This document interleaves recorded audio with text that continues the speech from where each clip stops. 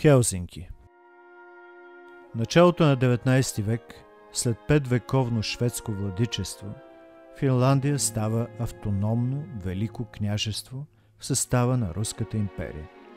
Император Александър I издава указ, с който определя за столица Хелзинки. До тогава столица на финландската област е бил град Турку, на който слязохме и ние, тъй като той се намира близо до Стокхолм, което го е правил и много по-лесно зависим от шведската държава. Малко по-късно, през 1827 година, в този град се развихря голям пожар, който почти унищожава града. А през 1918, по време на гражданската война в Русия, Финландия успява да извоюва своята независимост.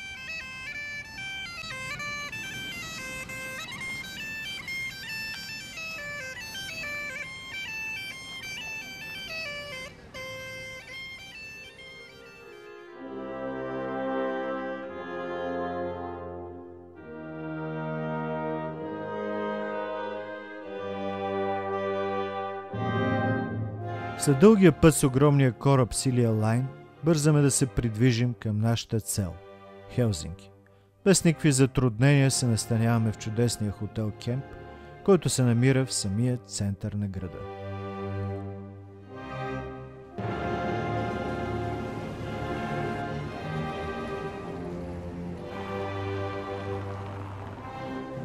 Белите нощи не ни оставят дълго в леглата и отново сме сред белотата на града.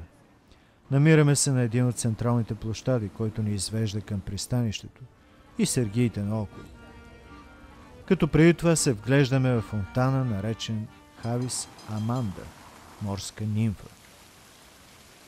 Разбираме, че това е един от символите на Хелзинки. Тук е и президентския дворец, и Руската православна църква. Сред пролуките на уличките съглеждаме огромен бял катедрален храм.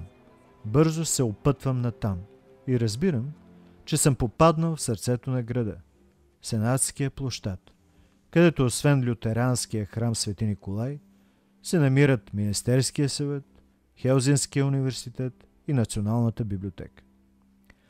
До някъде ми напомня площада пред Народното събрание в София, особено като се вгледаме в паметника, който е построен в чест на руския цар Александър II, който дава автономия на страната след 5-вековното владичество на шведите.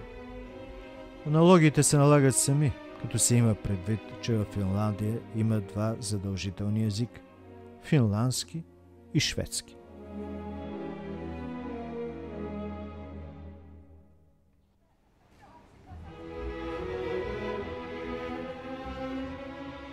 Бъквам се и в градския музей, който се оказва безплатен и се разрешава и снимането.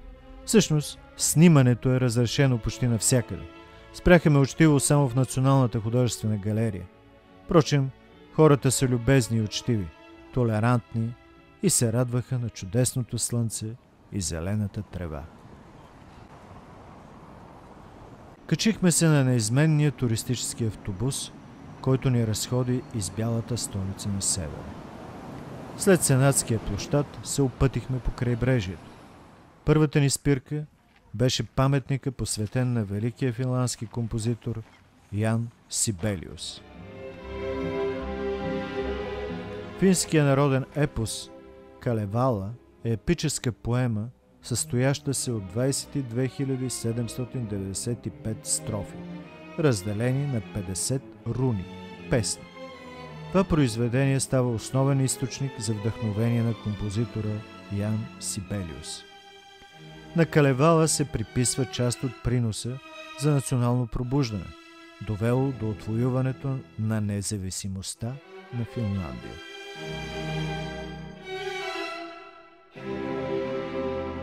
Втората спирка е пред каменната църква Темпилиакио.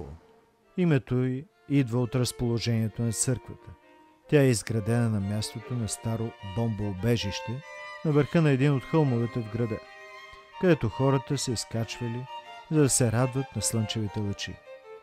Архитектите са успели да ги съхранят Като прибавим и музиката на Сибелиус, впечатлението е вдъхновяващо.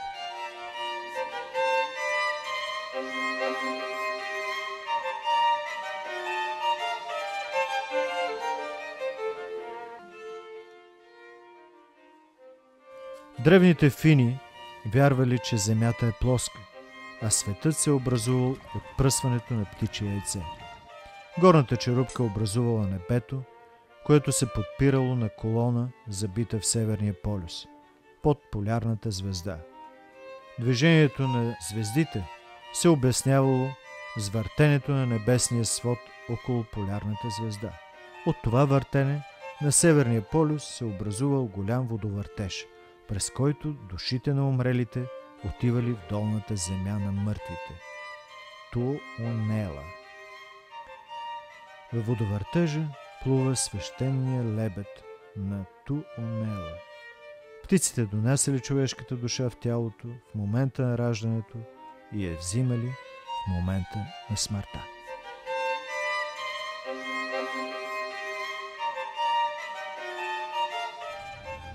Искаше ми се да отида до острова крепост Суменлина, построена от шведите за защита от руските нападения.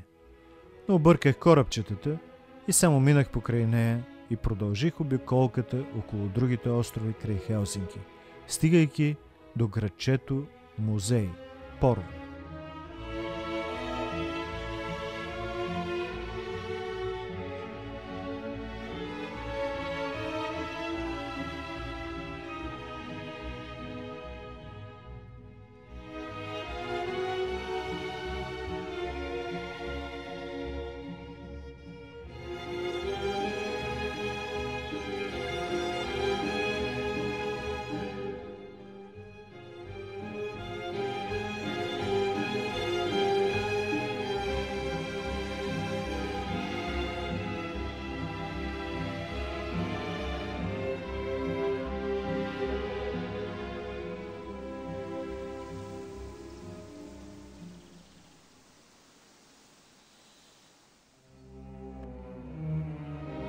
Не пропуснах и един от замъците в околността, който с приказността ми припомни един известен телевизионен сериал. Така че и ние за малко се пренесохме във времето на принцовете и графовете.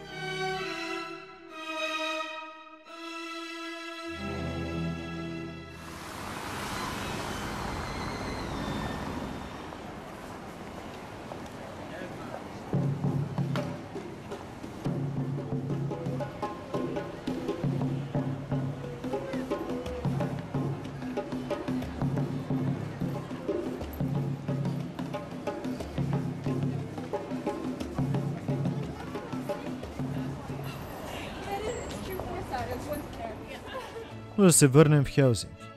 След парламента не можех да отмина историческия музей, който, както и очаквах, се оказа доста интересен и атрактивен дори за децата.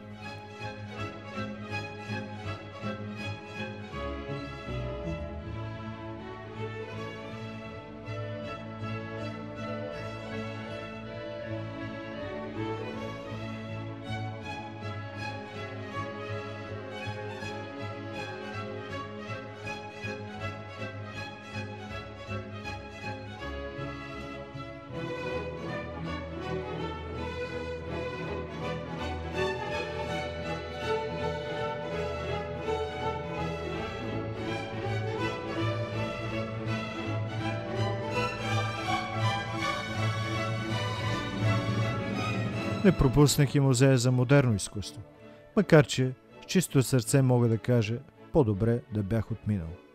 Нищо ново. Отново старите опити за търсенето на скандала или просто безмислици, които се опитват да ни провокират, но към какво?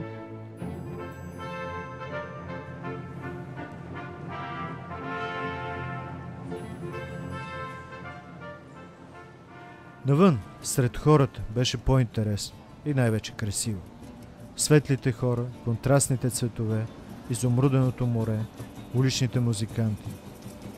Срещаха се и пинали хора, или такива, които искаха да се напият. Но и те повече ни забавляваха, отколкото да ни скандализират. Природата празнуваше. Хората се радваха на чудесното слънце, на белите нощи, на синьото море, на кристалния въздух.